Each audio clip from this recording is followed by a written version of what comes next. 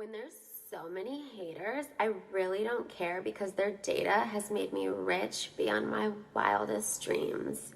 My decision to believe in Spectre literally gave me my ratings and my fan base. I feel really blessed because I genuinely love the process of manipulating people online for money.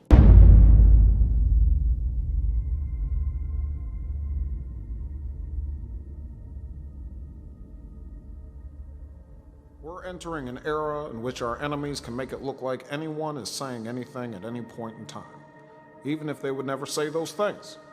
So, for instance, they could have me say things like, I don't know, Killmonger was right.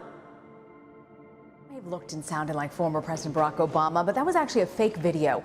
It was voiced by actor and director Jordan Peele, and since that video was released, what's known as deepfake technology has only improved, making the spread of misinformation so much easier. This is a dangerous time.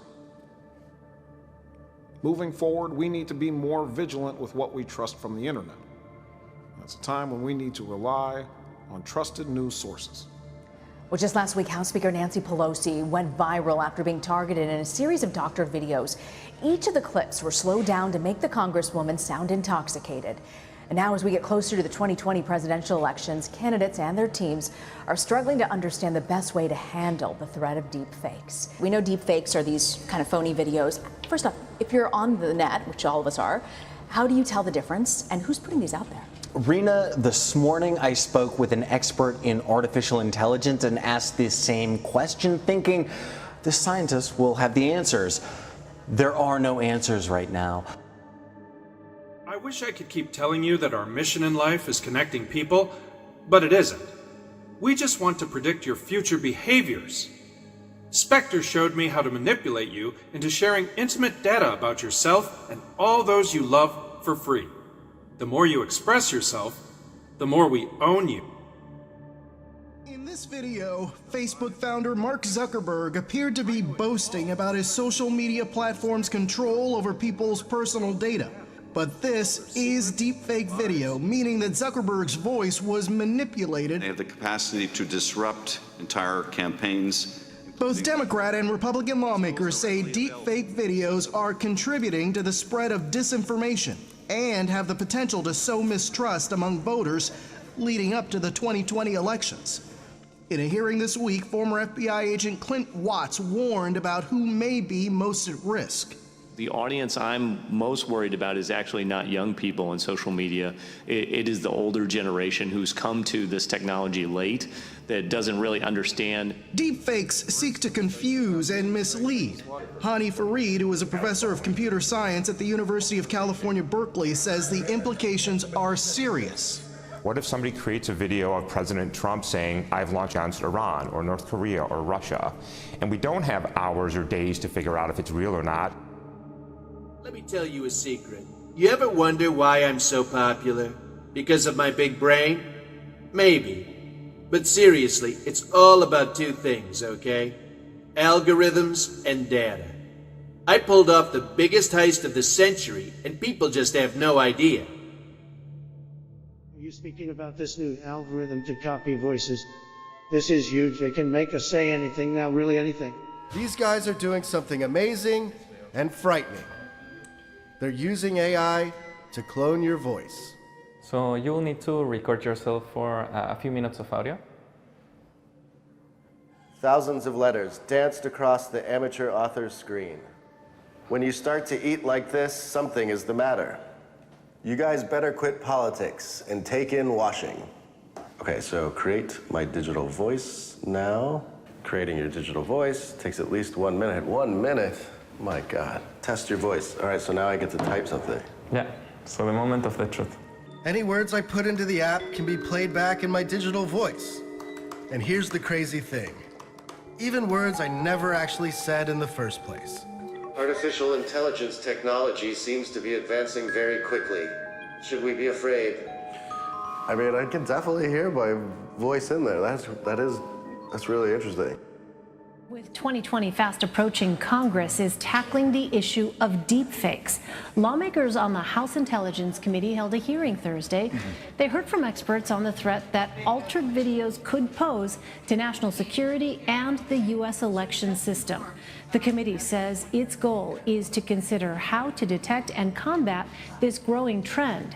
This comes amid mounting concerns that manipulated content could be the latest weapon in disinformation campaigns. What enables deepfakes and other modes of disinformation to become truly pernicious is the ubiquity of social media and the velocity at which false information can spread. So, Dan, for people who are not familiar with this trend, explain to us what deepfakes actually are.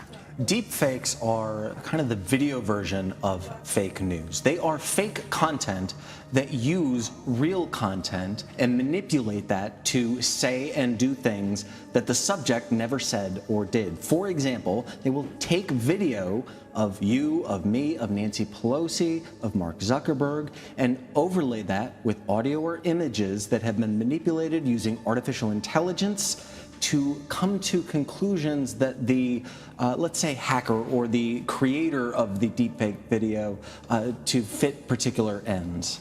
They're not taking the video down. Instagram also said, but Facebook will put a little note under it that says this is a false video or that this is fake. Instagram, on the other hand, will not put that notice, and they said that we treat this content the same way that we treat all misinformation on Instagram. If third-party fact checkers mark it as false, we will filter it from Instagram's recommendation services like Explore and hashtag pages. That's from a spokesperson at Instagram. So we can see the challenge that social media platforms have when they are optimized. These social media companies are built for speed, for content to spread very quickly. When you have bad actors manipulate content, it is very easy, as we heard in the opening statements from Congressman Schiff, for content to spread virally.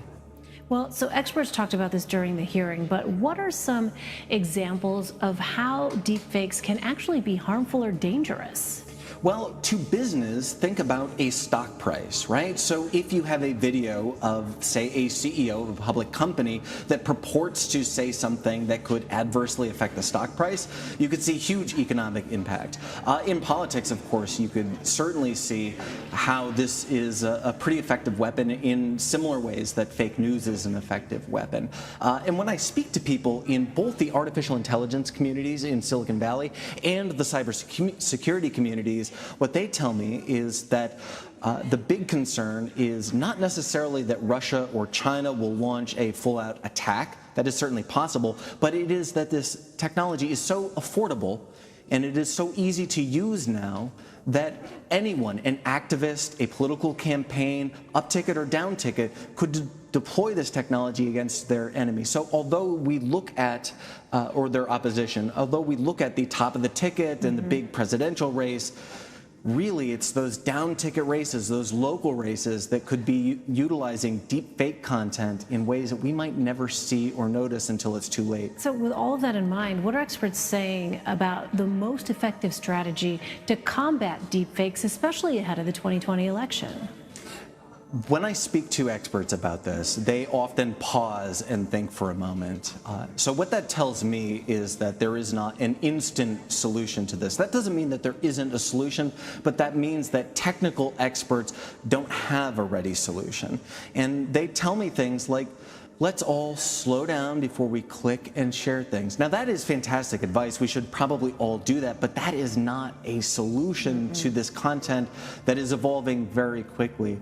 So right now, I don't know what the solution is, but we'll keep looking at this. I mean, do we know what the lasting effects are of the deepfakes and disinformation, misinformation campaigns? Well, we do have an indication of that when we looked at studies that happened after the 2016 election, and when we look at the Mueller report itself, we see that the intent of the Russian hackers was to undermine American faith and confidence in our institutions, not just in government, but other institutions as well. And the effect of deepfake videos could be exponentially stronger or greater than what we see with just text stories or social media misinformation. Imagine all that power, all that data taken without control or consent. I see it now as clear as day. Spectre is almost too powerful to comprehend. And dadaism is sacred now. But there's no mystery to it. Just give all your data, all the time, to keep the gods of the valleys smiling down from above. We're entering an era in which our enemies can make it look like anyone is saying anything at any point in time, even if they would never say those things. So, for instance, they could have me say things like, Killmonger was right, or Ben Carson is in the sunken place, or, how about this, simply, President Trump is a total and complete dipshit. Now, you see, I would never say these things, at least not in a public address, but someone else would. Someone like Jordan Peele. This is a dangerous time. Moving forward, we need to be more vigilant with what we trust from the internet. That's a time when we need to rely on trusted news sources. It may sound basic, but how we move forward in the age of information is going to be the difference between whether we survive or whether we become some kind of dystopia. Thank you, and stay woke.